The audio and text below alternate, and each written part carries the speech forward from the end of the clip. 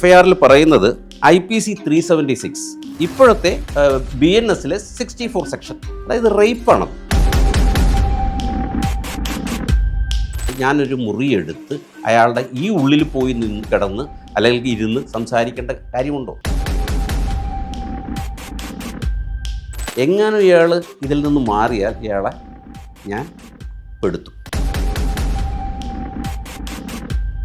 പ്രോസിക്യൂഷൻ്റെ തെളിവുകളെ strengthen ചെയ്യാൻ വേണ്ടിയിട്ട് ഉപയോഗിക്കുന്നതാണ് ഈ DNA ഉള്ള തെളിവ്. നേഷൻ ഫസ്റ്റിലേക്ക് എല്ലാവർക്കും സ്വാഗതം. ഇന്ന് നമ്മളോടൊപ്പം ഉള്ളത് ഹൈക്കോടതി മുതിർന്ന അഭിഭാഷകനായ അഡ്വക്കേറ്റ് BK ഗോപാലകൃഷ്ണനാണ്. നമസ്കാരം സാർ. നമസ്കാരം. രാഹുൽ മാങ്കൂട്ടം കേസ്, സംസ്ഥാനത്തെ ഒരു പ്രധാന ജില്ലയിലെ ഒരു സിറ്റിംഗ് MLA ആയിട്ടുള്ള രാഹുൽ മാങ്കൂട്ടത്തെ ഒരു പ്രധാന കേസിൽ, ഒരു സുപ്രധാന കേസിൽ ഇന്ന് അറസ്റ്റ് ചെയ്തിരിക്കുകയാണ്. ഇതെന്ന് പറഞ്ഞാൽ കൃത്യമായി പറഞ്ഞാൽ 11-ാം തീയതി അറസ്റ്റ് ചെയ്തിരിക്കുകയാണ്. ആ ഒരു കേസിൻ്റെ ഒഫൻസ് എന്തായിരുന്നു? റിമാൻഡിലേക്ക് കടക്കുന്നുണ്ടായിരുന്നു. ഇതിനു മുൻപുള്ള കേസുകളിനെക്കാട്ടിലും വ്യത്യസ്തപരമായി എന്തുകൊണ്ടായിരിക്കാം ഈ ഒരു അറസ്റ്റിലേക്ക് കടന്നത്? ആ ഒഫൻസുകൾ എന്താണ്? കോടതിയിലേക്ക് എത്തുമ്പോൾ ഏതൊക്കെ രീതിയിലായിരിക്കാം ഇത് ചർച്ച ചെയ്യപ്പെടുന്നത്? സാർ ഒന്ന് പറഞ്ഞു തരൂ. പാലക്കാട് സിറ്റിംഗ് MLA രാഹുൽ മാങ്കൂട്ടത്തിനെ വളരെ രഹസ്യമായി ശനിയാഴ്ച, അതായത് 10-ാം തീയതി 12:07 ഒരു ഹോട്ടലിൽ നിന്ന്, പാലക്കാട്ടിലുള്ള ഒരു ഹോട്ടലിൽ നിന്ന് സ്റ്റേറ്റ് ക്രൈം ബ്രാഞ്ച് കസ്റ്റഡിയിലെടുത്തിട്ട് പത്തനംതിട്ട എയർ ക്യാമ്പിലേക്ക് കൊണ്ടുപോവുകയും അവിടെ വെച്ച് IG ക്വസ്റ്റ്യൻ ചെയ്തതിന് ശേഷം മെഡിക്കൽ പരിശോധനയ്ക്ക് വിധേയമാക്കി. എന്നിട്ട് മജിസ്ട്രേറ്റ്, പത്തനംതിട്ട ഡിസ്ട്രിക്ട് മജിസ്ട്രേറ്റിൻ്റെ മുമ്പിൽ ഹാജരാക്കുകയും ഹാജരാക്കിയിട്ട് അവിടെ നിന്ന് അദ്ദേഹത്തിനെ റിമാൻഡ് ചെയ്യുകയും ചെയ്തു. ശരിക്കും ഇൻഫാക്റ്റ് ഇത് 3-ാമത്തെ തവണ സംഭവിച്ച ഒരു കാര്യമാണ്. ഇത് 3-ാമത്തെ പെണ്ണ് കേസാണെന്ന് വേണമെങ്കിൽ പറയാം, നമുക്ക് ചുരുക്കി പറയുകയാണെങ്കിൽ. ആദ്യ കേസിൽ കേരള ഹൈക്കോടതി തന്നെ ഒരു നോട്ട് ടു അറസ്റ്റ് ചെയ്യാൻ പാടില്ല എന്ന് പറഞ്ഞൊരു ഉത്തരവെടുത്തു.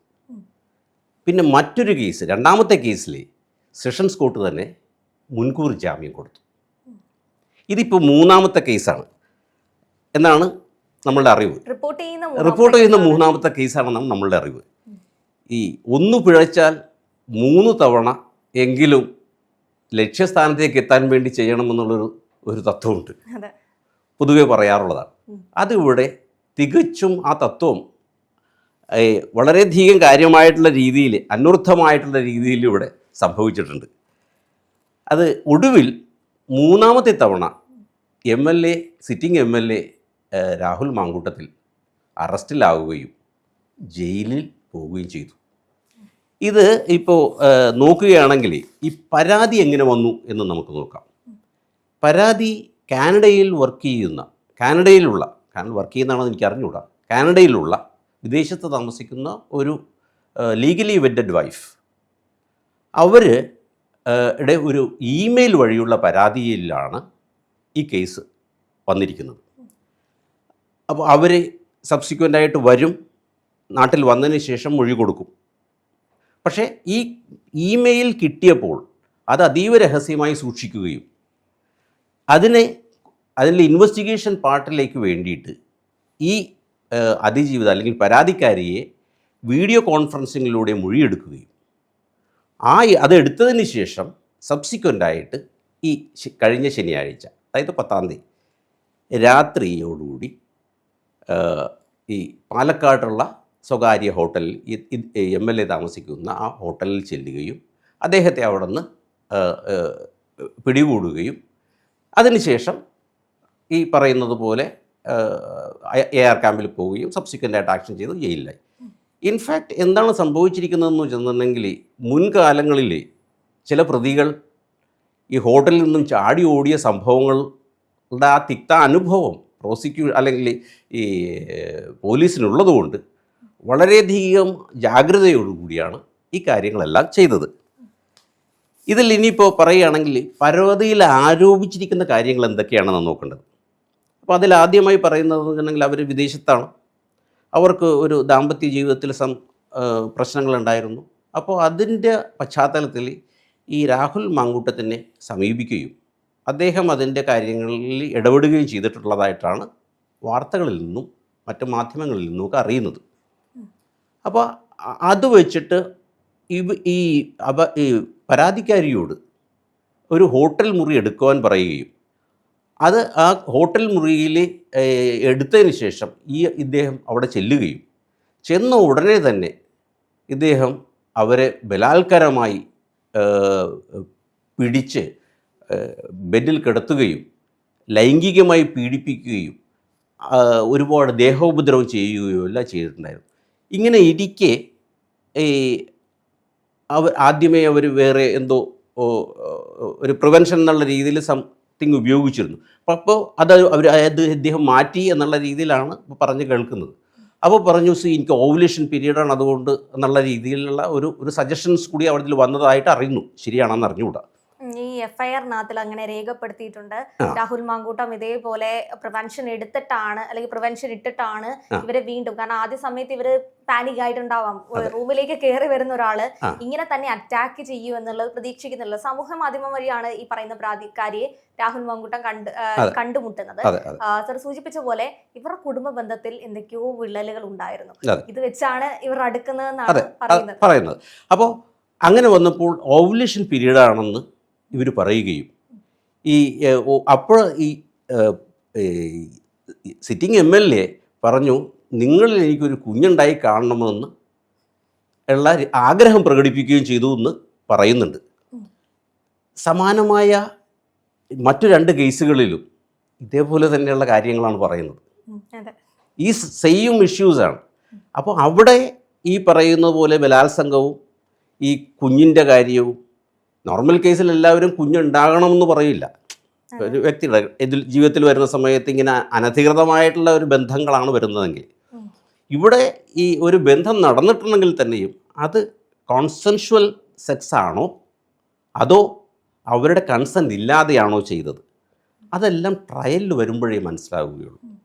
കാരണം ഇപ്പോൾ പറയുന്ന ആരോപണങ്ങൾ പ്രൈമ ഫേസി പ്രഥമ ദൃഷ്ട്യാ നമുക്ക് തോന്നും യെസ് ഉണ്ടെന്ന്. പിന്നെ ഇത് എന്ന് സംഭവിച്ചു? ഇത് സംഭവിച്ചത് 2024-ലാണ്. ഇത് വന്നിരിക്കുന്നത് ജനുവരി 2026-ലാണ്. അപ്പോൾ ഏകദേശം 2 വർഷം കഴിഞ്ഞു. അപ്പോൾ ഇവർ മെയിനായിട്ട് പറയുന്ന ആ ഒരു കാര്യം അതിലെത്ര കണ്ട് പ്രസക്തി ഉണ്ടെന്നുള്ളത് എല്ലാം കോടതിയുടെ മുൻപാകെ വരുന്ന തെളിവുകളുടെ അടിസ്ഥാനത്തിൽ ചെയ്യാൻ പറ്റുള്ളൂ. ഒന്നാമത്തെ കാര്യം എന്ന് പറഞ്ഞിട്ടുണ്ടെങ്കിൽ FIR-ൽ പറയുന്നത് IPC 376 ഇപ്പോഴത്തെ BNS-ലെ 64 സെക്ഷൻ പ്രകാരം, അതായത് റേപ്പാണത്. അപ്പോൾ ഈ റേപ്പ് എന്ന് പറയുന്നത് എങ്ങനെ സംഭവിക്കുന്നു, അപ്പോൾ സാഹചര്യ തെളിവുകളും അതിൻ്റെ ബാക്കിയുള്ള എല്ലാ കാര്യങ്ങളും എടുത്താൽ മാത്രമാണ് അത് ഒരു കൺസെൻഷ്വൽ സെക്സ് ആണോ അതോ റേപ്പാണോ. If it is based on consent then റേപ്പിൻ്റെ ഡെഫിനിഷനിൽ വരില്ല. അതൊന്ന്. പിന്നെ ക്രിമിനൽ ഇൻറ്റിമിഡേഷനാണ്, അതും തെളിയിക്കപ്പെടേണ്ടതാണ്. പക്ഷേ പിന്നീടുള്ള സംഭാഷണങ്ങളെല്ലാം ഇപ്പോൾ ഇതിൽ തന്നെ പറയുന്ന കണക്കനുസരിച്ചിട്ട് വരുന്ന സമയത്ത് അവിടെ ഒരു ക്രിമിനൽ ഇൻറ്റിമിഡേഷൻ ഉണ്ടോ എന്നുള്ളതും കൂടി നോക്കേണ്ടി വരും. അത് എല്ലാ കാര്യങ്ങളും അറിഞ്ഞാലേ ഇത് പറയാൻ പറ്റുള്ളൂ. മൂന്നാമതായിട്ട് അവർ പറഞ്ഞിരിക്കുന്നത് എന്താണ്? അപ്പോൾ 66E of IT Act ആണ് പറഞ്ഞിരിക്കുന്നത്. അപ്പോൾ 66E of IT Act എന്ന് പറഞ്ഞിട്ടുണ്ടെങ്കിൽ വിത്ത് റെസ്പെക്ട് ടു ഇവർ ഒരു ദൃശ്യങ്ങൾ പകർത്തുകയോ അത് മറ്റുള്ളവരിലേക്ക് കൊടുക്കുകയോ ഇവരുടെ സ്വകാര്യതയെ വെളിപ്പെടുത്തുകയോ പബ്ലിഷ് ചെയ്യുകയോ ചെയ്യുന്ന ആ ഒരു സാഹചര്യത്തിലാണ് ഇങ്ങനെയുള്ളതെല്ലാം വരുന്നത്. അപ്പോൾ അതും ഇതേപോലെ തന്നെ തെളിവിൻ്റെ അടിസ്ഥാനത്തിൽ അങ്ങനെ ചെയ്തിട്ടുണ്ടെങ്കിൽ ഏത് മാധ്യമം വഴിയാണ്, ഏത് മീഡിയം വഴിയാണ് ചെയ്തിരിക്കുന്നത്, ഇയാളുടെ ലാപ്ടോപ്പ് വഴിയാണോ അല്ലെങ്കിൽ ഇയാളുടെ ഫേസ്ബുക്ക് വഴിയാണോ വാട്സപ്പ് വഴിയാണോ, ഏത് മീഡിയം വെച്ചിട്ടാണ്, മോഡ് ഓഫ് ഇത് പബ്ലിക്കേഷൻസ് അങ്ങനെയുള്ള എല്ലാ കാര്യങ്ങളും നോക്കേണ്ടി വരും. പിന്നെ വേറൊരെണ്ണം പത്രറിപ്പോർട്ടല്ല, മാധ്യമങ്ങളിലും സോഷ്യൽ മീഡിയയിലേക്ക് കണ്ടനുസരിച്ചിട്ട് ഇവരുടെ ഗർഭം അലസിപ്പോയി എന്നുള്ള തീരുമാനം. പക്ഷേ ഇപ്പോൾ ഈ FIR-ൽ വരാൻ നേരത്ത് അത് മിസ്കാരേജ് അല്ലെങ്കിൽ കാണാം. കാരണം എന്ന് വെച്ചിട്ടുണ്ടെങ്കിൽ ഇപ്പോൾ സെക്ഷൻ 88, സെക്ഷൻ 89 ഓഫ് BNS ഒക്കെ എടുത്തു കഴിഞ്ഞിട്ടുണ്ടെങ്കിൽ അതിൽ ഈ കോസിങ് മിസ്കാരേജ് അത് വിത്തൗട്ട് ഹെർ കൺസെൻറ്റ് ആണ് ചെയ്യണമെങ്കിൽ ദെൻ ഈ നമ്മളുടെ ഇതുണ്ടല്ലോ, പ്രഗ്നൻസി ഉണ്ടല്ലോ, Medical Termination of Pregnancy Act ഉണ്ട്. Medical Termination of Pregnancy Act പ്രകാരം മെഡിക്കൽ പ്രാക്ടീഷണേഴ്സിനെ ടെർമിനേറ്റ് ചെയ്യാം ചില കണ്ടീഷൻസിൽ. ലൈക്ക് അവരുടെ തന്നെ ജീവിതത്തിന് പ്രശ്നം വരും, ഇത്ര നാൾക്കുള്ളിൽ അത് ചെയ്തിരിക്കണം, അല്ലെങ്കിൽ ചെറിയ കുട്ടികളാണ്, കുട്ടികളുടെ അവർക്ക് അറിവില്ലായ്മയുള്ള സമയത്താണ് ബന്ധിക്കുന്നത്, അതുകൊണ്ട് അവരുടെ ജീവിതത്തിൽ തന്നെ പ്രശ്നങ്ങൾ വരും. So based on the conditions with the consent of the people, ആ കൺസേൺഡ് ആയിട്ടുള്ളവരുടെ കൺസെൻറ്റും കൂടി എടുത്തുകൊണ്ട് വേണമെങ്കിൽ ടെർമിനേഷൻ ഓഫ് പ്രഗ്നൻസി ചെയ്യാം. അത് അലവബിളാണ്, നിയമസാധുതയുള്ളതാണ്. പക്ഷേ അതിന് സാഹചര്യങ്ങൾ എന്തുകൊണ്ടാണ്, എങ്ങനെയാണെന്നുള്ളതെല്ലാം അതെല്ലാം നമ്മളുടെ ഈ തെളിവുകളുടെ അടിസ്ഥാനത്തിലാണ് അതെല്ലാം ചെയ്യുന്നത്. അത് നമുക്ക് ഇപ്പോൾ ഒന്നും പറയാൻ പറ്റില്ല, കാരണം അത് ട്രയലിൽ ചെന്ന് ട്രയലിൽ നോക്കിക്കഴിയുമ്പോഴാണ് അത് കഴിയുന്നത്. ഒരു കേസിനെ സംബന്ധിച്ചോളം ഒരു ബെയിൽ കിട്ടുന്നത് എങ്ങനെയാണെന്ന് വെച്ചിട്ടുണ്ടെങ്കിൽ, പ്രഥമ ദൃഷ്ട്യാ ഈ ആരോപണങ്ങൾ നിലനിൽക്കുന്നതാണോ, ഇത് സമയത്തിനുള്ളിൽ തന്നെ ഇത് ചെയ്തിട്ടുണ്ടോ. ഇപ്പോൾ ഈ കേസിൽ 2024 നടന്ന സംഭവമാണ്. ഒരു ഹോട്ടൽ മുറി ആരെടുത്തു? പരാതിക്കാരി തന്നെ എടുത്തു. പരാതിക്കാരി വിദേശത്ത് താമസിക്കുന്ന ഒരാളാണ്. Seems to be an educated lady. അറിഞ്ഞൂടാ, ആയിരിക്കണം, ലോകപരിചയമുണ്ട്, മറ്റൊരു വിദേശത്ത് പോയി സ്വന്തമായി ജീവിക്കാനായിട്ടുള്ള പല ആളുകളെയും കണ്ടിട്ടും ഇൻട്രാക്ട് ചെയ്തിട്ടുള്ള ആ പരിചയങ്ങളുള്ള ആളാണ്. അപ്പോൾ നമുക്ക് ഒരു നോർമൽ ഒരു ലേമൻ, സാധാരണഗതിയിൽ ഒന്നും അറിയാൻ പാടില്ലാത്ത ഒരു സാധാരണക്കാരി എന്നുള്ള രീതിയിൽ അവരെ നമുക്ക് തുലനം ചെയ്യാൻ പറ്റില്ല. അതേസമയത്ത് ഒന്നും അറിയാത്ത ഒരാളെ ആണ് ചെയ്യണമെങ്കിൽ അത് എൻറ്റയർലി ഡിഫറെൻ്റാണ്. ഇതല്ല, ഒരു കാര്യം നമ്മൾക്ക് ഇപ്പോൾ എനിക്കൊരു കാര്യം താങ്കളോട് പറയണം, അല്ലെങ്കിൽ താങ്കൾക്കൊരു പ്രോബ്ലം ഉണ്ട്, താങ്കൾ എൻ്റെ അടുത്ത് വരുന്നു. ഞാൻ ഒരു അടച്ചിട്ട മുറിയിൽ കൂടുതലധികം പരിചയമില്ലാത്ത ഒരാൾ, അല്പം പ്രണയം തോന്നിയിട്ടുണ്ടാകും എന്ന് വിചാരിക്കുക, അല്ലാതെ നമുക്കതിനെക്കുറിച്ചൊന്നും വിവരമില്ല. അങ്ങനെയുള്ള ഒരാളെടുത്ത് ഞാനൊരു മുറിയെടുത്ത് അയാളുടെ ഈ ഉള്ളിൽ പോയി കിടന്ന് അല്ലെങ്കിൽ ഇരുന്ന് സംസാരിക്കേണ്ട കാര്യമുണ്ടോ? സാധാരണഗതിയിൽ ഒരു നോർമലായിട്ടുള്ളൊരു മനുഷ്യൻ ചിന്തിക്കുന്നതാണ്. എനിക്ക് എൻ്റെ വീട്ടിലേക്ക് വിളിക്കാം, ഇല്ല നിങ്ങളുടെ വീടിൻ്റെ അവിടെ വന്നു കഴിഞ്ഞിട്ട് സംസാരിക്കാം, നിങ്ങളുടെ ഓഫീസിൽ വന്ന് സംസാരിക്കാം, ഒരു റെസ്റ്റോറൻറ്റിൽ നിന്ന് സംസാരിക്കാം, ഒരു പൊതുസ്ഥലത്തിൽ നിന്ന് സംസാരിക്കാം. അങ്ങനെയുള്ള സമയങ്ങളിൽ ഒരാൾ കൂടി നമ്മുടെ സ്വന്തമായിട്ടുള്ള ഒരാളുണ്ടാകും. So many things. പക്ഷേ ഈ പരാതിക്കാരി പറയുന്നതെന്ന് പറഞ്ഞു കഴിഞ്ഞാൽ ഇതേപോലുള്ള സംശയങ്ങൾക്ക് ഒരു രീതിയിൽ നമുക്ക് ചിന്തിക്കാൻ പറ്റാത്ത രീതിയിലാണ് അവരതിന് ഡിഫൈൻ ചെയ്ത് പറയുന്നത്. കാരണം രാഹുൽ മാങ്കൂട്ടം എന്ന് പറയുന്നത് 2024 നടക്കുമ്പോൾ ലോക്സഭാ ഇലക്ഷനൊക്കെ ആ ഒരു കാലഘട്ടമാണ് ശരിക്കും 2024 എന്ന് പറയുന്നത്. അപ്പോൾ കഴിഞ്ഞതിന് ശേഷമുള്ള ആ ഒരു ഘട്ടമാണത്. അപ്പോൾ ഓൾറെഡി രാഹുൽ മാങ്കൂട്ടം എന്ന് പറയുന്നത് എല്ലാവർക്കും പരിചിതമായിട്ടുള്ളൊരു രാഷ്ട്രീയക്കാരനാണ്. അപ്പോൾ തന്നെ എല്ലാവർക്കും അറിയാവുന്നത് കൊണ്ട് തന്നെ തനിക്ക് ഹോട്ടൽ മുറി എടുക്കാൻ പറ്റില്ല, അല്ലെങ്കിൽ നമുക്ക് പ്രൈവസി ആയിട്ട് എവിടെയും പോയി സംസാരിക്കാൻ പറ്റില്ല, എന്നെ എല്ലാവർക്കും അറിയുന്നതാണ്. അപ്പോൾ ഈ പറയുന്ന ഒരു ബന്ധത്തിന്റെ പ്രത്യേകത എന്ന് പറഞ്ഞാൽ സാറ് തുടക്കം സൂചിപ്പിച്ച പോലെ തന്നെ ഇവർ മാരീഡാണ്. അപ്പോൾ മാരീഡ് ആയിട്ടുള്ള ഒരു സ്ത്രീയോടൊപ്പം രാഹുൽ മാങ്കൂട്ടത്തിനെ പുറത്ത് ഒരാൾ കണ്ടു കഴിഞ്ഞാൽ ഉണ്ടാകുന്ന പ്രൈവസി പ്രോബ്ലമാണ് ഇയാൾ പറയുന്നത്. ഇല്ല, അതൊരിക്കലും ഉണ്ടാകില്ല. കാരണം നമുക്ക് എന്തെങ്കിലും ഒരു പ്രോബ്ലം ഉണ്ടെങ്കിൽ സാധാരണഗതിയിൽ നമ്മളുടെ സമൂഹത്തിൽ, നമ്മൾ സമൂഹജീവിയാണ്, സമൂഹത്തിൽ ഒരു പ്രോബ്ലം ഒരു മനുഷ്യനുണ്ടായാൽ, ആണിനായിക്കോട്ടെ പെണ്ണിനായിക്കോട്ടെ, നമ്മളത് എല്ലാവർക്കും തൽപരനായ ഒരാൾ, പ്രത്യേകിച്ച് രാഷ്ട്രീയക്കാർ എന്ന് പറഞ്ഞിട്ടുണ്ടെങ്കിൽ അല്ലെങ്കിൽ പൊതുപ്രവർത്തകർ, പൊതുപ്രവർത്തകർ ഇങ്ങനെ പല കാര്യങ്ങളിലും മീഡിയേഷൻ്റെ രീതിയിൽ കാര്യങ്ങൾ മധ്യസ്ഥനായിട്ട് നിന്ന്, ഒരു മീഡിയേറ്ററായിട്ട് നിന്ന്, മധ്യസ്ഥനായി നിന്ന് കാര്യങ്ങൾ അവർ ഇരുകൂട്ടരോടും സംസാരിച്ച് അത് ഓപ്പണാണ്, അതിൽ പ്രൈവസി ഇല്ല. പക്ഷേ ഇവിടെ അതല്ലല്ലോ. ഇപ്പോൾ രാഹുൽ മാങ്കൂട്ടത്തിൻ്റെ ഉദ്ദേശം എന്ന് പറഞ്ഞു കഴിഞ്ഞാൽ ഇതിനു മുമ്പുണ്ടായിരുന്ന 2 കേസുകളും പോലെ തന്നെ ഇവർക്ക് വിവാഹ വാഗ്ദാനം നൽകി. കാരണം ഇവർ കുടുംബ പ്രശ്നമൊക്കെ മനസ്സിലാക്കി ഇവരെ ആ ഭർത്താവിൽ നിന്ന് അകറ്റി തന്നിലേക്ക്, അല്ലെങ്കിൽ നമുക്ക് വിവാഹം കഴിക്കാമെന്ന് പറയുന്ന ഒരു വാഗ്ദാനം നൽകി അതിനെപ്പറ്റി സംസാരിക്കാനാണ് ഇവരെ തിരുവല്ലയിലെ ക്ലബ് 7 ഹോട്ടലിലേക്ക് വിളിച്ചു വരുത്തുന്നത്. എന്നിട്ട് ആണ് ഈ പറയുന്ന അതാണ് അവിടെയാണ് ഇതിൻ്റെ ഇഷ്യൂ വരുന്നത്. കാരണം ഒരാൾ നമ്മളിപ്പോൾ ഒരു വിവാഹത്തിൻ്റെ, സപ്പോസ് നിങ്ങൾക്കൊരു വിവാഹം എക്സിസ്റ്റിംഗ് ആണ്, ആ ഒരു വിവാഹം എക്സിസ്റ്റിംഗ് ആണെങ്കിൽ ആ വിവാഹം എക്സിസ്റ്റിംഗ് ആവുന്ന സമയത്ത് നിങ്ങൾക്ക് മറ്റൊരാളുടെ വിവാഹം ഏർപ്പെടാൻ പറ്റില്ല. നമ്മുടെ നിയമവും അതിന് സമ്മതിക്കുന്നില്ല. ഇല്ല. അതായത് ആ വിവാഹബന്ധം വേർപെടുത്തി കഴിഞ്ഞാൽ മാത്രമാണ് നമുക്ക് മറ്റൊരു ആളെ വിവാഹം കഴിക്കാൻ പറ്റുള്ളൂ. അപ്പോൾ ആ വിവാഹ വാഗ്ദാനത്തിൻ്റെ കാര്യം വരുന്ന സമയത്ത് വാഗ്ദാനങ്ങളാകാം, പക്ഷെ അത് പ്രാവർത്തികമായി വരുന്നത് എങ്ങനെയായാലും പിന്നീട് ഉണ്ടാവുള്ളൂ. ഈ കടമ്പ കഴിഞ്ഞാലും മാത്രമേ പറ്റുള്ളൂ. അപ്പോൾ അതിന് മുൻപ് എന്തെങ്കിലും നിങ്ങൾ ചെയ്താൽ നിങ്ങൾ കുറ്റക്കാരിയായി മാറും.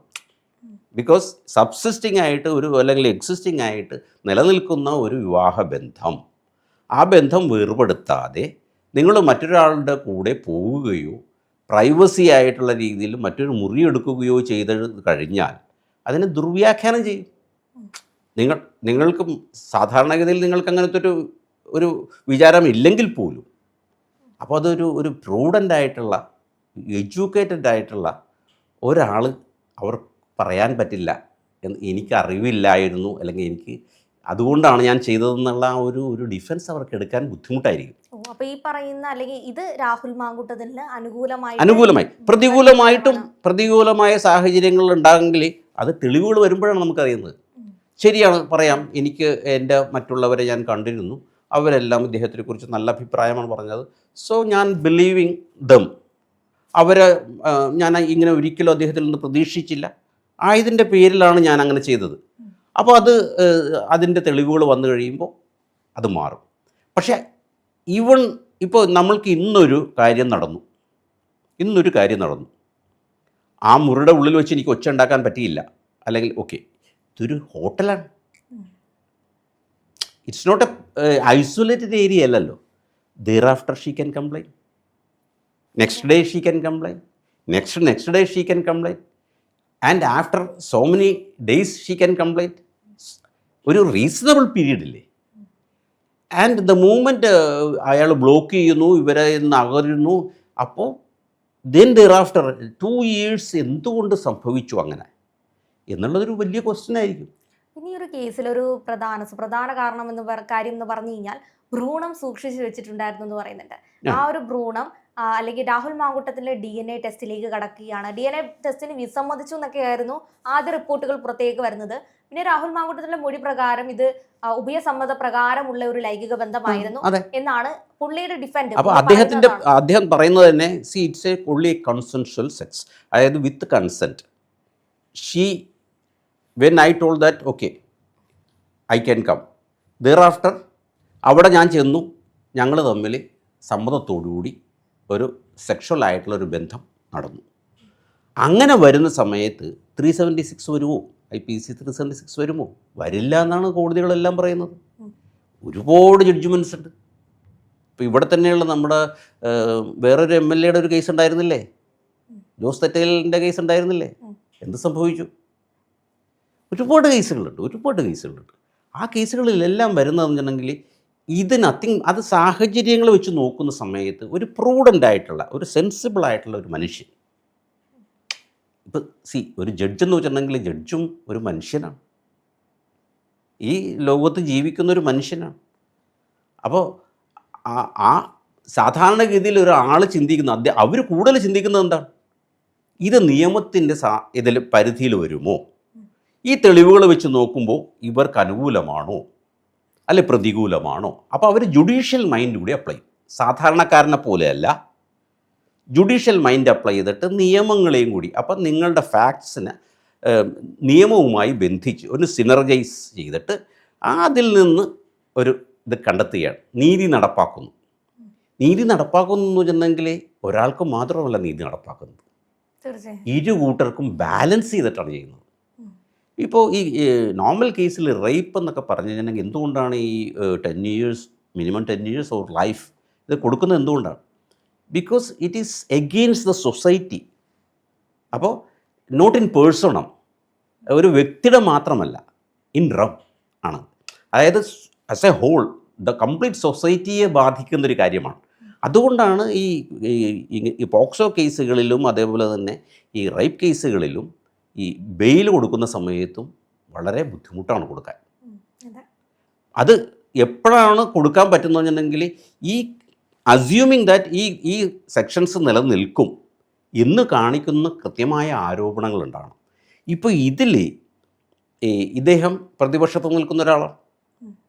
അപ്പോൾ ഈ ഭരണപക്ഷത്ത് ഒരു തിളങ്ങി വരുന്ന ഒരു വ്യക്തി, കാരണം ഒരു നല്ല രീതിയിൽ ഒരു യങ്സ്റ്റേഴ്സിൻ്റെ ഇടയിൽ നല്ല രീതിയിൽ വരുന്ന ഒരു വ്യക്തിയാണ് രാഹുൽ മാങ്കൂട്ടത്തിൽ.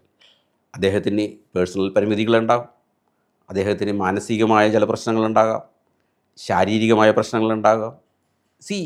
ഒരു മനുഷ്യൻ എന്ന് പറഞ്ഞാൽ പച്ചയായ മനുഷ്യൻ എന്ന് വെച്ചിട്ടുണ്ടെങ്കിൽ അവർക്ക് പ്ലസ്സും ഉണ്ട് മൈനസും ഉണ്ട്. അത് ഏതൊരു വ്യക്തിയായാലും ഉണ്ടാവും. അല്ല, ഇതിനകത്തിൽ ഇപ്പോൾ റേപ്പ് ആഡ് ചെയ്തിട്ടുണ്ട്. അതേപോലെ IT ആക്ട് പ്രകാരം ഇവരുടെ പ്രൈവസി അല്ലെങ്കിൽ ഇവരെ സ്വാധീനിക്കാനുള്ള ആ ഒരു കാര്യങ്ങൾ, ഇവരുടെ സ്വകാര്യത, ഇതൊക്കെ മാനിച്ച് ഒരുപാട് കേസുകൾ ആഡ് ചെയ്തിട്ടുണ്ട്. അതേപോലെ തന്നെ പുറത്തേക്ക് വന്നൊരു കാര്യമായിരുന്നു ഇവരുടെ കൈവശം നിന്ന് പണം ഉൾപ്പെടെ തട്ടിയെടുക്കുന്നൊരവസ്ഥ, അതേപോലെ തന്നെ വിവാഹ വാഗ്ദാനം നൽകിയ അവസ്ഥ.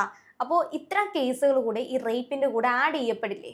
ഇല്ല, ആ റേപ്പിൻ്റെ അതിൽ തന്നെ വരുന്നതാണിത്. വിവാഹ വാഗ്ദാനം, പ്രോമിസ് ഓഫ് മാരേജ്, അത് ഈ റേപ്പിൻ്റെ അതിൽ മിക്കവാറും വരുന്ന ഒരു കൺസെൻഷ്യൽ അല്ലെന്ന് കാണിക്കാൻ വേണ്ടിയിട്ട് വരുന്ന ഒരു കാര്യമാണ്. മിക്കവാറും കേസുകളിൽ ഇത് വരുന്നതാണ്.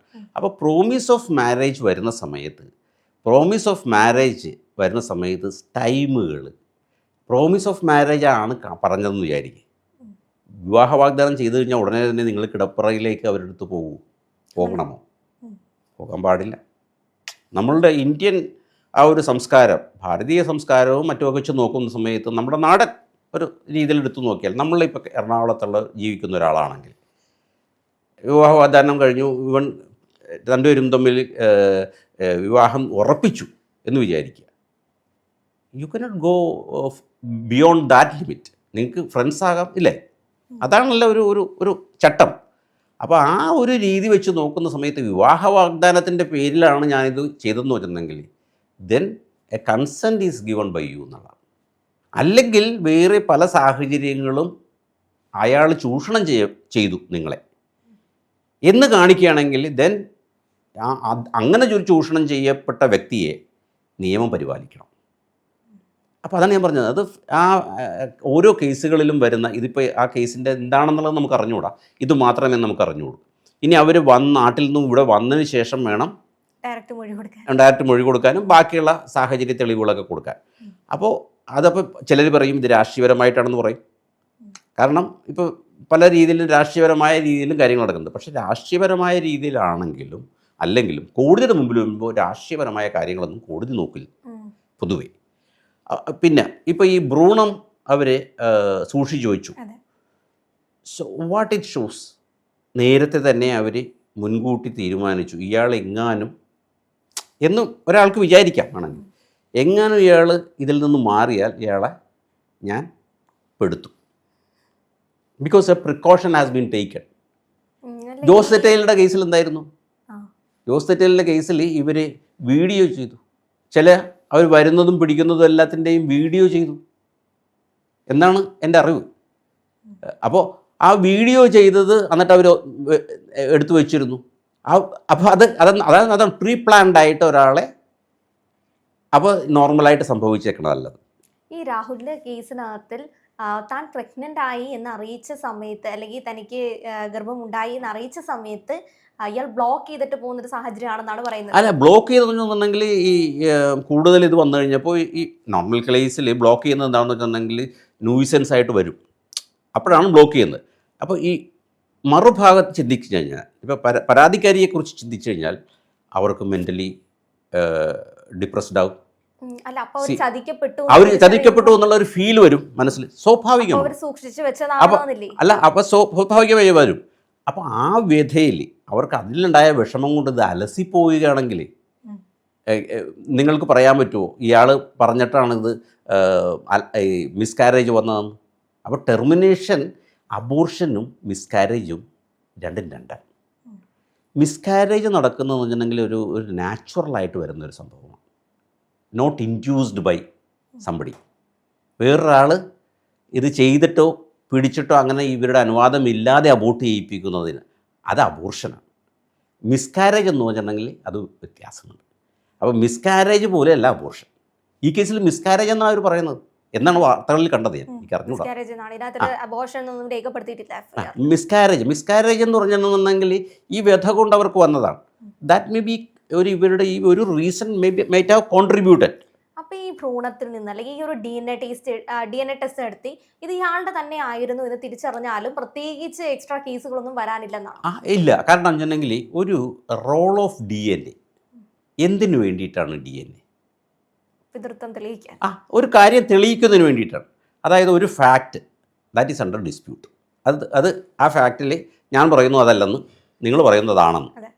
ഓക്കെ, അപ്പോൾ പറയുന്നു ഇല്ല നിങ്ങൾ തന്നെയാണ് ഇതിൻ്റെ അച്ഛൻ, ഈ കുട്ടിയുടെ അച്ഛൻ നിങ്ങളാണ് എന്ന് കാണിക്കാൻ ഒന്നുമില്ല. കുട്ടിയുടെ ഇത് വരുന്ന സമയത്ത് ഇത് ഭ്രൂണത്തിൽ നിന്നാണെങ്കിലും അത്. അപ്പോൾ ദ റോൾ ഓഫ് DNA വേറെ ഒരു കാര്യത്തിനുമല്ല, ഇത് തെളിയിക്കുന്നതിന് വേണ്ടി പ്രോസിക്യൂഷൻ്റെ ഈ തെളിവുകളെ സ്ട്രെങ്തൻ ചെയ്യാനതിന് വേണ്ടിയിട്ട് ഉപയോഗിക്കുന്നതാണ് ഈ DNA പോലുള്ള തെളിവുകൾ. അപ്പോൾ അത് സാധൂകരിക്കും, യെസ് ഇയാളാണ്. ദെൻ സബ്സിക്വൻ്റ് അത് മാത്രം തെളിയിച്ചിട്ട് കാര്യമില്ല, അതൊരു ഭാഗമാണ്. അപ്പോൾ അതാണ് ഈ DNA റോൾ, അത് മാത്രമുള്ളൂ. പിന്നെ ഇദ്ദേഹത്തിന് ഇതെല്ലാം കഴിഞ്ഞ് കഴിഞ്ഞിട്ട് ഇപ്പോൾ ഈ സാഹചര്യം വെച്ച് നോക്കുന്ന സമയത്ത് ഇദ്ദേഹത്തിന് 2 ദിവസം കടന്നു കഴിഞ്ഞാൽ ചിലപ്പോൾ അത് കഴിയുമ്പോൾ ബെയിൽ കിട്ടാൻ ചാൻസസ് ഉണ്ട്. കാരണം സമാനമായ രീതിയിൽ ഇത് പോകുന്നു. ഒരാളെ ടാർഗറ്റ് ചെയ്യുന്ന സമയത്ത് അയാളുടെ ഭാവിയും കൂടി ബാധകമാണ്. ഇപ്പോൾ ഒരു വ്യക്തി സമൂഹത്തിൽ ജീവിക്കുന്നു, അയാൾക്കെതിരെ ഇല്ലാത്തൊരു കാര്യമാണ് നിങ്ങൾ അലിഗേഷൻ കൊണ്ടുവരുന്നതെങ്കിൽ അദ്ദേഹത്തിന് ബുദ്ധിമുട്ടുണ്ട്. അദ്ദേഹത്തിൻ്റെ ഇമേജ് പോകുന്നു, അദ്ദേഹത്തിൻ്റെ പേഴ്സണലായിട്ടുള്ള കാര്യങ്ങളിൽ ഫാമിലിയിൽ പ്രോബ്ലം വരുന്നു, സമൂഹത്തിൽ പ്രോബ്ലം വരുന്നു, രാഷ്ട്രീയപരമായ രീതിയിൽ അയാളുടെ ഉയർച്ച പോകുന്നു.